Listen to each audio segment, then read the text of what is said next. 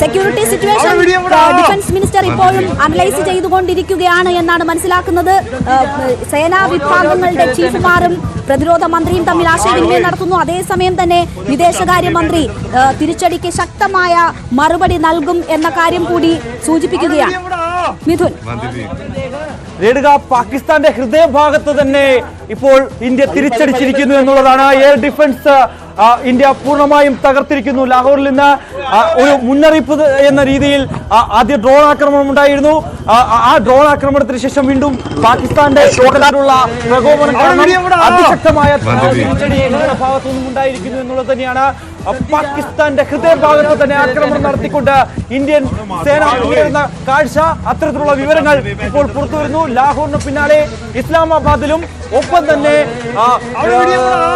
സിയാൽകോട്ടിലും അടക്കമുള്ള മേഖലകളിൽ വലിയ രീതിയിലുള്ള ആക്രമണം ഇന്ത്യയുടെ ഭാഗത്തുനിന്നും ഉണ്ടായിരിക്കുന്നു എന്നുള്ളത് തന്നെയാണ്. After blinding air defence India hits Lahore എന്നുള്ള വാർത്തകളാണ് CNN News 18 പുറത്തുവിടുന്നത്. India hits head of Pak forces hit Lahore എന്ന അതിചുട്ട മറുപടി ഇന്ത്യയുടെ ഭാഗത്തുനിന്നും ഉണ്ടായിരിക്കുന്നു. തീർച്ചയായും എസ് ജയശങ്കറുടെ ട്വീറ്റാണ് പുറത്തു വന്നിട്ടുള്ളത്. Any escalation will get A firm response എന്ന സന്ദേശമാണ് വിദേശകാര്യമന്ത്രി ഈ അവസരത്തിൽ നൽകുന്നത്. പാകിസ്ഥാന് തക്കതായ മറുപടി നൽകും എന്നത് നേരത്തെയും സൂചിപ്പിക്കപ്പെട്ടതാണ്. അതിന്റെ ഉത്തരവാദിത്വം മുഴുവൻ പാകിസ്ഥാൻ ആയിരിക്കും എന്നത് സൂചിപ്പിച്ചതാണ്. ഒരു എസ്കലേഷൻ ഇന്ത്യ ആഗ്രഹിക്കുന്നില്ല എന്നത് ആ സന്ദേശം ഇന്ത്യ എല്ലാ ഘട്ടത്തിലും നൽകിയതാണ്. പക്ഷേ ആ നിർദ്ദേശങ്ങളും മുന്നറിയിപ്പുകളും എല്ലാം അവഗണിച്ച പാകിസ്ഥാന് തക്കതായ മറുപടി ഇന്ത്യ നൽകുന്നു എന്ന വിവരം വരുന്നു. ലാഹോറും സിയാൽകോട്ടും കേന്ദ്രീകരിച്ച് പാകിസ്ഥാനുള്ള തിരിച്ചടി ഇന്ത്യ നടത്തുകയാണ്.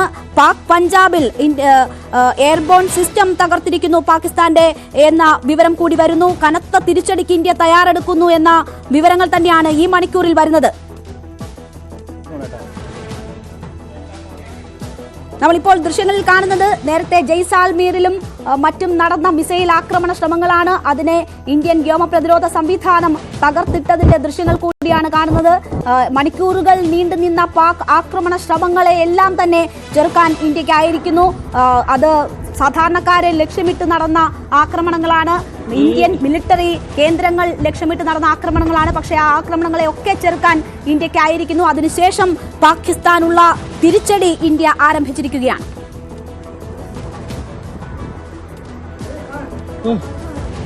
മിഥുൻ, അതായത് ഇപ്പോൾ ഔദ്യോഗികമായ വിവരങ്ങൾ ഇപ്പോൾ പുറത്തു വരുന്നു. അതായത് ആദ്യം സിയാൽകോട്ട്, രണ്ടാമത് ഹൃദയഭാഗമായ ലാഹോർ, അതിനു പിന്നാലെ ഇപ്പോൾ ഇസ്ലാമാബാദിലേക്കും ഇപ്പോൾ ആക്രമണം വ്യാപിപ്പിച്ചിരിക്കുകയാണ് ഇന്ത്യൻ സേന എന്നുള്ളത് തന്നെയാണ്. അത്തരത്തിൽ ശക്തമായ ആക്രമണം ഇന്ത്യയുടെ ഭാഗത്തുനിന്നും ഉണ്ടാകുന്നു. പാകിസ്ഥാന് ചുട്ട മറുപടി മിസൈൽ ആക്രമണത്തിലൂടെ ഇന്ത്യ നൽകുന്നു എന്നുള്ളത് തന്നെയാണ്. അതിൽ അവരുടെ തന്ത്രപ്രധാനമായ ഇടങ്ങൾ ഇന്ത്യ എയർ ഡിഫൻസ് ഇപ്പോൾ തകർത്തിരിക്കുന്നു എന്നുള്ളതാണ് ഏറ്റവും പ്രധാനപ്പെട്ട കാര്യം. അതിന് പിന്നാലെ പല മേഖലകൾ കേന്ദ്രീകരിച്ച് അതിൽ ഏറ്റവും ആദ്യം ഉന്നം വെച്ചത് സിയാൽകോട്ടാണ്. സിയാൽകോട്ട് ഞാൻ നേരത്തെ സൂചിപ്പിച്ചതുപോലെ തന്നെ അവിടുത്തെ പ്രധാനപ്പെട്ട ഒരിടമാണ്, തന്ത്രപ്രധാനമായ ഇടമാണ്. അവിടെ പ്രധാനമായും ഇൻഫൻട്രി യൂണിറ്റ് ബോർഡിനാണ് അവിടുത്തെ അധികാര പരിധി ഉള്ളത്. അവിടുത്തെ സർക്കാരിന് പുറമെ ആ യൂണിറ്റ് ബോർഡാണ് അവിടെ അധീനതയിലുള്ളതാണ് ഈ ഒരു ഇൻഫൻട്രി യൂണിറ്റ്. അവിടെ 2 റെജിമെന്റ് യൂണിറ്റുകളാണുള്ളത്. അതിൽ ഒന്നാണ് ആദ്യം തകർത്തിരിക്കുന്നതായിട്ടുള്ള വിവരങ്ങൾ വരുന്നത്. അവിടെ ഒരു വിമാനത്താവളമുണ്ട്. ആ വിമാനത്താവളം കേന്ദ്രീകരിച്ച് അറ്റാക്ക് നടന്നതായിട്ടുള്ള വിവരങ്ങൾ വരുന്നു. അനൌദ്യോഗികമായിട്ടുള്ള വിവരങ്ങൾ മാത്രമാണുള്ളത്.